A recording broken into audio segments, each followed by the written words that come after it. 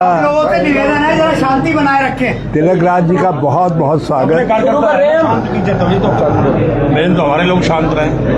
वैसे अब समय ऐसा है जिसमें कांग्रेस और कांग्रेस कार्यकर्ताओं को शांत नहीं रहना चाहिए। अब कांग्रेस को बोलना चाहिए और जबरदस्त तरीके से बोलना चाहिए। और आपने देखा होगा कि अल्मोड़ा में और पौड़ी में कांग्रेस जनों का और पूर्व सैनिकों का अभूतपूर्व जमवाड़ा जुटा। एक विशाल संख्या में अल्मोड़ा में ऐतिहासिक भीड़ थी और उतनी ही ऐतिहासिक पूर्व सैनिकों और अर्ध सैनिक बलों के लोगों की पौड़ी में थी। जो हमारे पूर्व सैनिक हैं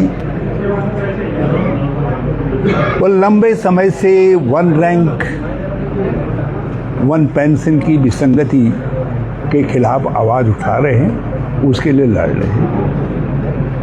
और कांग्रेस का स्पष्ट वादा है राष्ट्रीय स्तर पर कि हम उसको दूर करेंगे। हमारे पूर्व सैनिक ही नहीं बल्कि पूरा उत्तराखंड इस बात से बहुत उद्वेलित है, बहुत दुखी है कि हमारी शान जो रेजिमेंट सिस्टम था आर्मी का, कुमाऊं रेजिमेंट गढ़वाल,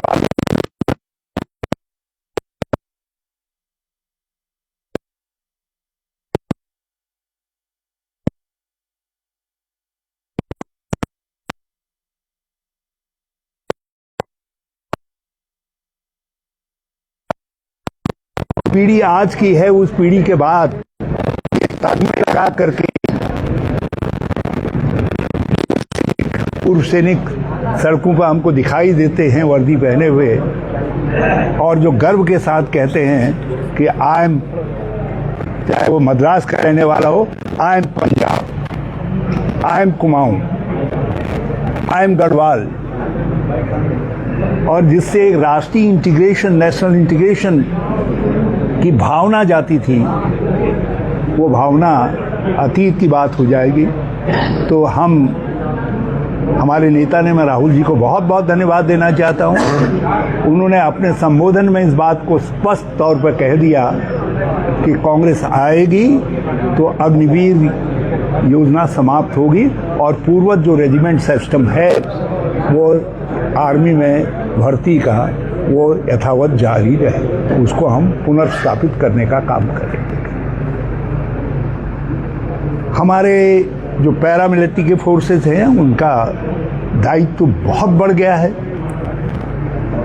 और उनके जो गौरवपूर्ण सेवानिवृत्त पैरामिलिट्री सैनिक हैं, हम चाहते हैं कि उनको भी सुविधाओं में, जो लंबे समय से सुविधाओं की मांग कर रहे हैं, न केवल सुविधाओं में वृद्धि हो बल्कि हम ये भी चाहते हैं कि उनका कल्याण का अलग बोर्ड बने।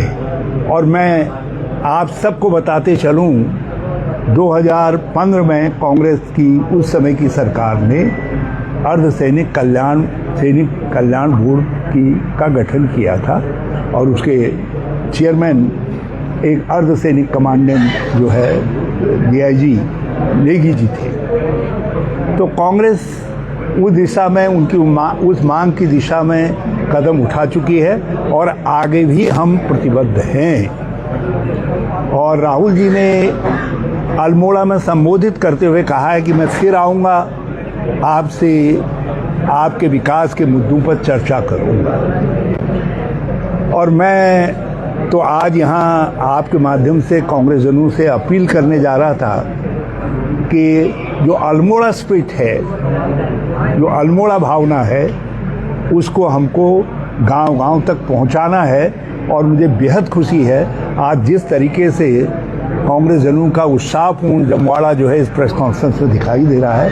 मैं उसके लिए मुझे लगता है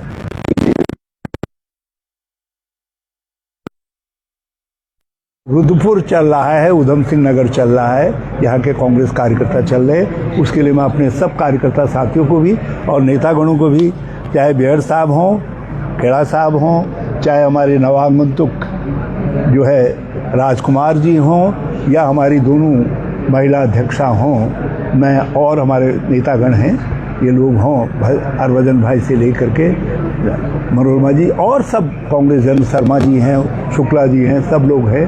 तो ये सब लोग जो है शिद्दत के साथ अब अल्मोड़ा भावना को गांव-गांव तक लेकर के जाने का काम करेंगे। मैं स्थानीय स्तर पर दो बातों पर आपसे चर्चा करना चाहूँगा। एक,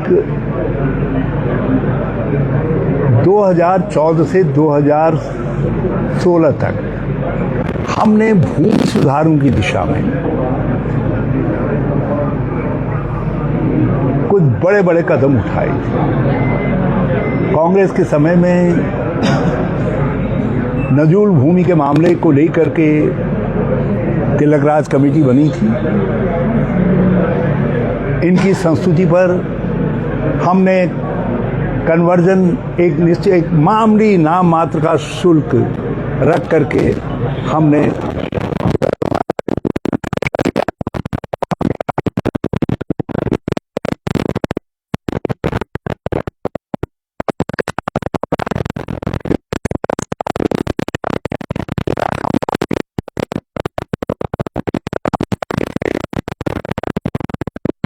एक कदम भी पिछले साढ़े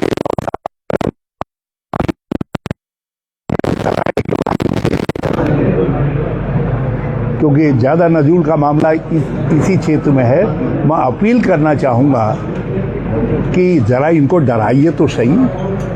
आप इनको खूब माला वाला पहना देते हैं भाजपा वालों को और इनकी अकल ख़राब हो जाती है, हैं? ये समझते हैं सब ठीक ही ठीक हो रहा है।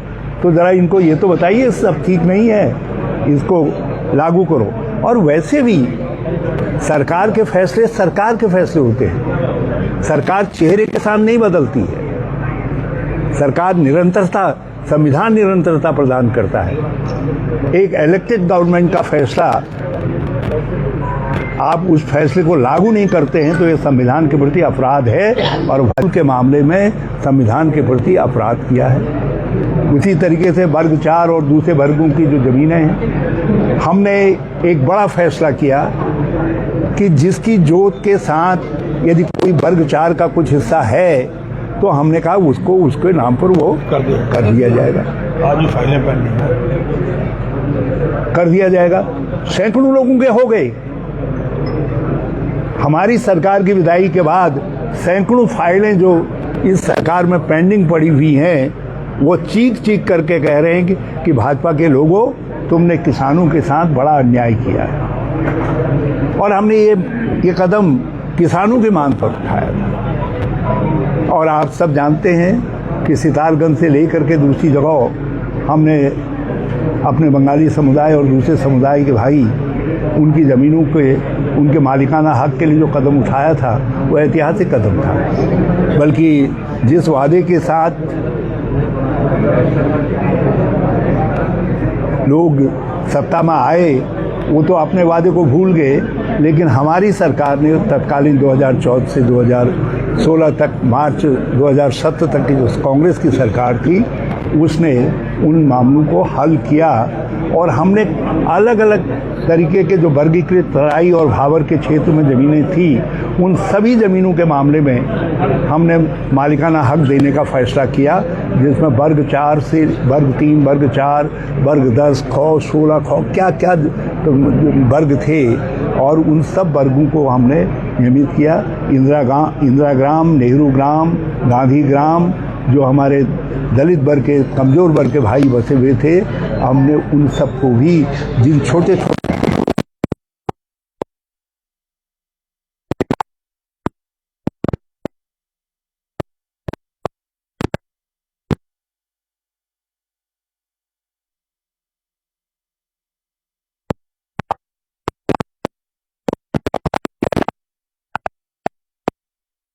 कि हमारे कांग्रेस के लोग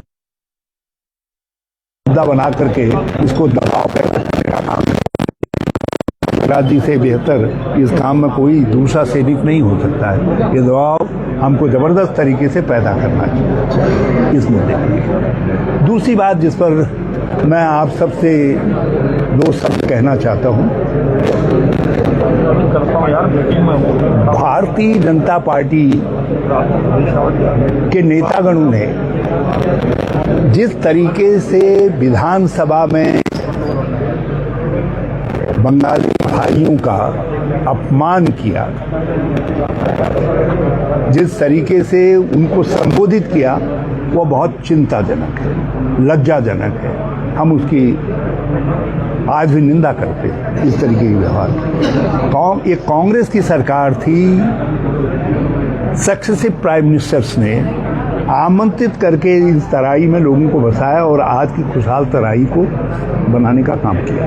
और उस खुशहाल तराई को बनाने में सभी वर्गों का, सभी समुदायों का, सभी जाति धर्म के लोगों को, सभी क्षेत्रों के, देश के कोने कोने से आए हुए लोगों के सबका योगदान रहा है। इसीलिए हमारे नेता नारायण दत्त जी कहते थे कि तराई जो है फूलों का गुलदस्ता है, अनेक तरीके का, अनेक तरीके के फूल हैं। और ये भाजपा जो है उन फूलों का अपमान करती है। ये भाजपा के लोग जो है उनको हे दृष्टि से संबोधित करने का काम करते हैं। और ये संबोधित ही नहीं करते हैं। एक बड़ा ऐतिहासिक फैसला हमारी पहली निर्वाचित सरकार ने किया नारायण दत्त जी के समय में, जो है जितने हमारे जो बंगाल के आए हुए नवशूद्र भाई थे, पौंड समाज के लोग थे, हमने उनको राज्य ने अनुसूचित जाति मानकर उनके बच्चों को शिक्षा में वही छात्रवृत्तियां दी, उतनी ही छात्रवृत्तियां देने का काम किया जितनी छात्रवृत्ति एससी के, हमारे उत्तराखंड के शिल्पकार वर्ग के भाइयों को मिलती थी या दूसरे हमारे एससी वर्ग के भाइयों को मिलती थी। और आज कांग्रेस की सक्सेसिव गवर्नमेंट ने, बल्कि भाजपा की भी कुछ गवर्नमेंट्स ने उस नियम का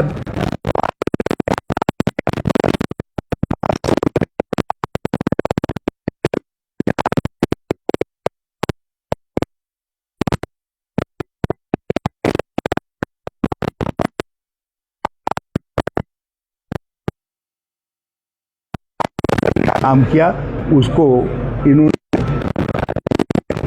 उनसे वह हक जो छात्रवृत्तियां, मैं समझता हूँ मनोरमा जी अभी भी नहीं दी जा रही, वो छात्रवृत्तियां नहीं दी जा रही, मुझे मालूम है, तो वैसे तो वो छात्रवृत्तियां नहीं दी जा रही आज। तो आपने जो परंपरा 17 साल तक उत्तराखंड में 15-16 साल तक उत्तराखंड में चलती रही, आज की भाजपा की सरकार ने उस परंपरा को तोड़ दिया और बंगाली भाइयों का जो अधिकार था, नेचुरल अधिकार, कांग्रेस ने हमेशा उनको एससी के दर्जे का समर्थन किया। मगर वो एक बड़ी बात है, उसमें केंद्र सरकार भी इन्वॉल्व है। एंथ्रोपोलॉजिकल सर्वे हमने करवाया था, हमारे समय में एंथ्रोपोलॉजिकल सर्वे सब हुआ था, लेकिन वो मामला जो है एक लंबी प्रक्रिया के अंदर लंबित है। और आज बहुत बड़े हितैषी बनने वाले भाजपा के लोगों ने कभी उसकी कोई खोज खबर लेने का काम नहीं किया। हमारी हर सरकार ने उसकी खोज खबर लेने का काम किया, हमने हमेशा खोज खबर ली। और जब हम कुछ नहीं कर पाए उस दिशा में, तो हमने जो बंगाली समुदाय के महापुरुष लोग जैसे चार ठाकुर,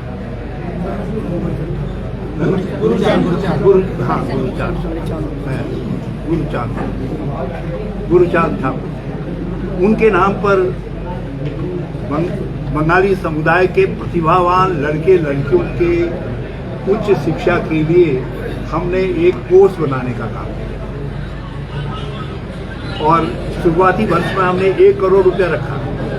अब भाजपा के लोग, अब उनको होश आ रहा है, अब वो कभी 5 करोड़ कहते हैं, कभी 10 करोड़ कहते हैं, लेकिन देते नहीं है। सदाम भर भी अभी भी उस कोर्स में गुरुचांद ठाकुर जी के नाम पर जो कोर्स हमने स्थापित किया था, भाजपा की तरफ से जिला तक बढ़ाया नहीं गया है, दिया नहीं। और चीज़ें यहीं पर नहीं रुकी। हमने तो उनके सक्रिय लोगों के नाम पर स्कूलों का, कॉलेजेस का नाम, सड़कों का नाम आदि सब रखने का काम, क्योंकि तराई गुलदस्ता है। हर समुदाय के जो महापुरुष हैं, हम उन महापुरुषों का आदर सम्मान करते हैं। स्वतंत्रता संग्राम सेनानी हैं, दूसरे लोग हैं। हम ये मान करके चलते हैं कि आज उनके वंशज किस तरफ जा रहे हैं, हम उस तरफ नहीं जाते। हम उस तरफ जाते हैं जिस तरफ उनके बुजुर्गों ने उस समय गए थे और जिस झंडे को थाम करके चले थे, हम आज भी उनके हाथों में वही झंडा देखते हैं और उसी अनुरूप उनको सम्मान देने का काम करते हैं। ये कांग्रेस की सरकार थी जिन्होंने स्वतंत्रता संग्राम सेनानियों के जो आश्रित गण हैं उनके लिए सम्मान पेंशन, और मुझे ताजुब है कि 9.5 साल बीत गए हैं, उसमें कोई वृद्धि करने का काम नहीं होगा। तो ये कई बिंदु हैं, कई मुद्दे हैं जिन पर आपसे बात की है। एक और मुद्दे पर मैं आपसे बात करना चाहता हूँ, जो मजदूरों का शोषण हो रहा है। हमारे सिंबल धीरे धीरे शोषण के प्रतीक बन रहे हैं। भाजपा सरकार ने किसानों का शोषण किया और अब मजदूरों का भी शोषण कर, मजदूरों का भी शोषण कर, उनके ऊपर जुल्म कर रहे हैं। श्रम कानून के तहत जो अधिकार उनको प्राप्त हो पीछे भैया, ये अच्छी बात नहीं है। प्रेस के बीच में टोकना पड़ रहा है, आप लोग पीछे मजाक उड़ा रहे हो बैठे बैठे। अच्छा लग रहा है कितनी आवाज आ रही है यहाँ पे,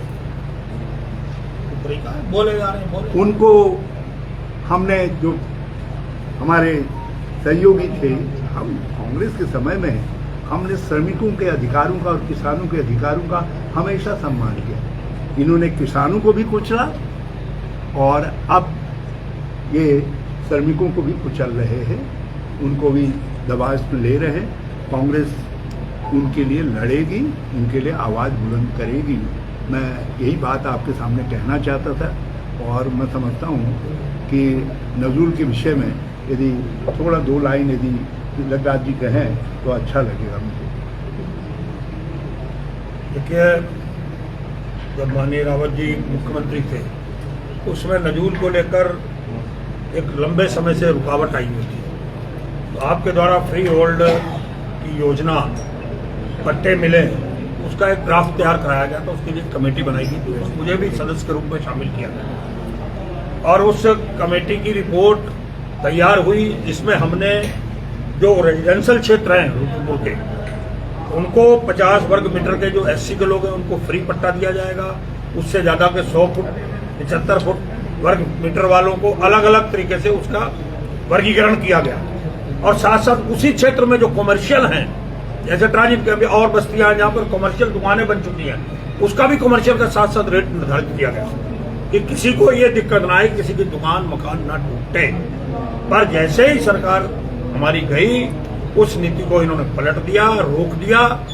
और रोकने के बावजूद सिर्फ मात्र भर मुट्ठी भर 1000-2000 पट्टे के नाम पर यहाँ पर रुद्रपुर में कार्यक्रम हुआ। उसके आज तक उसके बाद पट्टे नहीं मिले। रोज अपनी ही सरकार में रोज जा जाकर जिलाधिकारी से लोगों को मिलवा रहे हैं कि साहब इनको मालिकाना हक दे दिया, मालिकाना हक दी। अरे मालिकाना हक तो सरकार देगी ना, पॉलिसी बनवाई है मालिकाना की, जो जहां बैठा उसको मिलेगा। एक और तो अतिक्रमण चल रहा है, एक और मार पड़ रही अतिक्रमण के नाम पर, लोगों के घर उजाड़े जा रहे हैं, तोड़े जा रहे हैं, लोगों को बर्बाद किया जा रहा है, लोगों की दुकानें तोड़ी जा रही हैं। और दूसरी तरफ बेवकूफ बनाकर पट्टे के नाम पर, विनिमयीकरण नाम पर खेल खेल रहा है। तो नजूल नीति जो हरीश रावत जी के समय मुख्यमंत्री काल में जो कमेटी बनी थी, वो नजूल नीति लागू होगी तो प्रदेश के लोगों को उसका लाभ मिलेगा, चाहे वो कमर्शियल क्षेत्र हो, चाहे वो रेजिडेंशियल क्षेत्र हो, चाहे वो कहीं भी बैठे हुए लोग हों। उसके अंदर कहीं भी कोई किसी के साथ भेदभाव नहीं था। एक विषय तो ये कहना चाहता हूँ, दो विषय और कहना चाहता हूँ रावत जी के, माननीय रावत जी की अनुमति से। एक विषय यह है कि जो राहुल गांधी जी की जो 4 तारीख को रैली पर भारतीय जनता पार्टी के छोटे से लेकर बड़े नेता जो टिप्पणी कर रहे हैं, मैं उनसे एक ही बात कहना चाहता हूँ, और आपके व्यास भी सब वो रिकॉर्डेड है कि वो अपना गिरेबान क्यों नहीं झांकते हम पर उंगली उठाने से पहले। राहुल गांधी, मैंने मुख्यमंत्री जी का भी बयान देखा कि लॉन्चिंग की बात की। मैं कहना चाहता हूं कि जब प्रधानमंत्री जी की रुद्रपुर में रैली लगी थी मोदी मैदान में, कितनी बड़ी रैली थी, और कार्बेट पार्क में क्या कर रहे थे? कार्बेट पार्क में फोटोग्राफी चल रही थी, हजारों लोगों को धोखा देके, और यहां पर नहीं आए थे। वो तो मैदान क्षेत्र था ना। हमारे तो बादल आ गए, कई कारण हो गए, उसमें कहीं ना कहीं सरकार भी शामिल हो सकती है। तो आप हम पर उंगली उठा रहे हो। हजारों लोगों को गांधी पर मैदान में, क्या नाम, मोदी मैदान में इकट्ठा करके, जिसका नाम इन्होंने मोदी मैदान रख दिया, वहां पर हजारों लोगों को घंटों इंतजार कराई गई, और लास्ट में कह दिया गया कि मोदी जी वह हल्द्वानी होके, लाल कुआं होके, बरेली से जा रहे, नहीं आएंगे। हम पर उंगली उठा रहे हैं। आपके नेता ने, इतने बड़े देश के प्रधानमंत्री ने धोखा दिया। एक विषय और कहना चाहता हूं, आजकल जो नई चीज आपको बताने जा रहा हूं मीडिया को, ये जो देश के अंदर जनगणना चल रही है, उसके अंदर भारी खेल हो रहा है, देश की जनता को धोखा दे रहे हैं। इसलिए कि अगर कच्चे मकानों को भी जो जनगणना करने वाले अधिकारियों को निर्देश दिए गए, उनको पक्का दिखाते जाओ, पानी दिखाते जाओ, शौचालय दिखाते जाओ। देश की वस्तुतः स्थिति को छुपाने का काम जनगणना के अधिकारियों के द्वारा जबरदस्ती कराया जा रहा है। मेरा आरोप है, प्रूफ है मेरे पास। बैठ जाए अधिकारी, उस जनगणना एक ही बस्ती के, कॉलोनी किसी भी मरीन बस्ती का ले आए, जनगणना का रिकॉर्ड सार्वजनिक कर दें, कितने कच्चे हैं और कितने पक्के हैं। शौचालय नहीं है, उनको भी शौचालय ओके कर रहे हैं अपने आप ही। हाँ, ये भी है, ये भी है, और ये उनको निर्देश है कि आप इनको शौचालय भी दिखा दो, इनके पानी का भी कनेक्शन दिखा दो, और पक्का मकान दिखा दो। ये एक नई चीज मेरे सामने आज ही सुबह आई है, किसी ने मुझे बताया। तो ये हो रहा है खेल देश के अंदर, जो देश की जनता के साथ धोखा है। देश की वस्तुतः स्थिति को नहीं छुपाना चाहिए। वस्तुतः स्थिति को छुपाकर आप देश की जनता के साथ, गरीबों के साथ धोखा कर रहे हैं। ये बड़ा गंभीर मामला है। यदि जनगणना में इस तरीके का धोखा सामने आएगा, तो उससे सारी प्लानिंग आगे 10 साल की जो है वो प्रभावित होगी। तो ये बहुत जबरदस्त मामला है, क्योंकि जनगणना के आधार पर ही सारी विकास पर योजनाएं, भविष्य की नीतियां तय होती हैं, और उसमें गलत डाटा फीड होना, गलत चीजें आना गंभीर मामला है।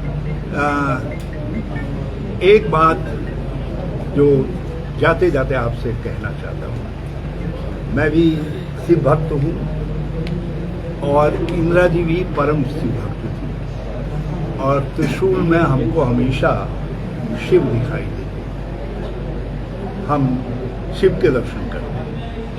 मगर शिव हमेशा भक्त पारायण रहे हैं। शिव ने कहा है कि जो मेरे भक्तों को नहीं मानता है, वो मेरा प्रिय नहीं हो सकता है, वो मेरा दुश्मन है। और यहाँ इंदिरा जी को सब जानते हैं। आपने रुद्राक्ष की माला पहनी हुई इंदिरा गांधी को स्मरण करने का काम करिए। इंदिरा जी शिव भक्त थी। आप त्रिशूल के नाम पर किसी और बड़ी संस्था का नाम रखिए, अच्छी बात है, अच्छी बात है। लेकिन शिव भक्त को आपने इंदिरा गांधी जी के नाम पर, जो इंदिरा चौक था, एक करोड़ों लोगों की श्रद्धा भावना उसके साथ जुड़ी हुई थी। आपने अब सारे जितने ऐसे श्रद्धानत लोग हैं, जिनमें भाजपा के लोग भी हैं, दूसरे लोग भी हैं, उनको सबको, सब मूर्तियों को गांधी पार्क पर रख दिया। अरे ये सब महापुरुष हैं, चाहे उसमें भाजपा से जुड़े हुए नेता ही क्यों न हो, उनके सिद्धांतों से जुड़े हुए नेता क्यों न हो। हाँ, आप दीनदयाल उपाध्याय, दूसरे इनके अलग अलग जगहों पर पार्क बना करके इनको ठीक तरीके से व्यवस्थित करना चाहिए था। गांधी गांधी हैं, गांधी से तुलना नहीं हो सकती। तो ये जिस तरीके से भाजपा कर रही है, ये देश के राष्ट्रीय जो महापुरुष रहे हैं उनका अपमान कर रही है। और मैं, क्योंकि यहाँ स्वतंत्रता संग्राम से जुड़े हुए लोग परिवार तराई में बहुत है, मैं उनसे प्रार्थना करना चाहूँगा इस विषय में वो ज़रूर गौर करें और आप भी मेरी इस बात पर ज़रूर गौर करें। आप सबका बहुत धन्यवाद। आप कोई सवाल है? आप यहाँ पहुँचे हैं, सीनियर लीडर हैं कांग्रेस के, और जिला अध्यक्ष यहीं के हैं और जिला अध्यक्ष नहीं पहुँचते किसी भी प्रेस कॉन्फ्रेंस में, क्या कांग्रेस के दो गुट हैं? वो मेरे पास आए थे, मुझको बता करके गए उनका कुछ काम था, वो कोई मुद्दा नहीं, वो कोई मुद्दा नहीं, वो आए कुछ देर पहले तो मेरे साथ। हाँ, और कोई प्रिंट मीडिया के बधाई कोई सवाल, किसी का कोई सवाल हो? राहुल गांधी ने एक स्टेटमेंट दिया है कि आंशिक इमरजेंसी कर सकते हैं, आंशिक इमरजेंसी के तहत कर सकते हैं। देश के अंदर इस समय गंभीर आर्थिक हालात, हमारे रुपये की कीमत निरंतर गिर रही है, किसी समय भी 100 के नीचे जा सकता है। इससे हमारा जो व्यापार संतुलन है, आयात निर्यात संतुलन है, वो गंभीर रूप से दुष्प्रभावित होगा और हमारी अर्थव्यवस्था के ऊपर इसके बड़े ही खराब प्रभाव पड़ने के अंदर हम इससे बहुत चिंतित हैं, और ये सब एक दिन में नहीं हुआ है, ये सरकार की गलत आर्थिक नीतियों का परिणाम है। और आप सबको मैं याद दिलाना चाहूँगा, कांग्रेस के समय में एक बार रुपये का मूल्य डॉलर के मुकाबले में 44 रुपया पहुँचा था, तो सारी भारतीय जनता पार्टी ने आसमान सर पर उठा दिया था। और आज रुपये का मूल्य डॉलर के मुकाबले 96 से भी नीचे है, और वो आज भारतीय जनता पार्टी जो है इस पर उसको डिफेंड करने का काम कर रही है, जबकि हकीकत ही है रुपये की सेहत की गिरावट का मतलब है देश की अर्थव्यवस्था की सेहत गिर रही। महंगाई आज चरम पर है, कोई वस्तु किसी के उपयोग की हो, आप देख लीजिए उसके दाम आसमान की तरफ बढ़ रहे। केवल पेट्रोल डीजल के दाम नहीं बढ़े, और चीज़ों के भी, खाद्य पदार्थों के और दूसरे उपभोग की चीज़ों के दाम बढ़ रहे हैं। केवल जो बड़े बड़े लोगों के उत्पाद हैं उनके मूल्यों के आधार पर जो है गरीब की तुलना की जा रही है कि तब फला चीज़ के दाम नहीं बढ़े। और अरे भाई, गरीब के तुमने दाल के दाम बढ़ा दिए, नमक के दाम बढ़ा दिए, तेल के दाम बढ़ा दिए, उसके चप्पल के दाम बढ़ा दिए, उसकी साड़ी के दाम बढ़ा दिए, उसके सब दूसरे वस्तुओं के रंग वस्तु दूसरी चीज़ों के दाम बढ़ा दिए, कहाँ लेकर के जाए? तो ये बड़ा चिंताजनक है। और इसलिए राहुल जी ने उन्होंने सबकी पीड़ा को, देश की अर्थव्यवस्था की पीड़ा को ये कह करके कि आज देश के अंदर गंभीर आर्थिक हालात है और सबके मन को बात ठीक है।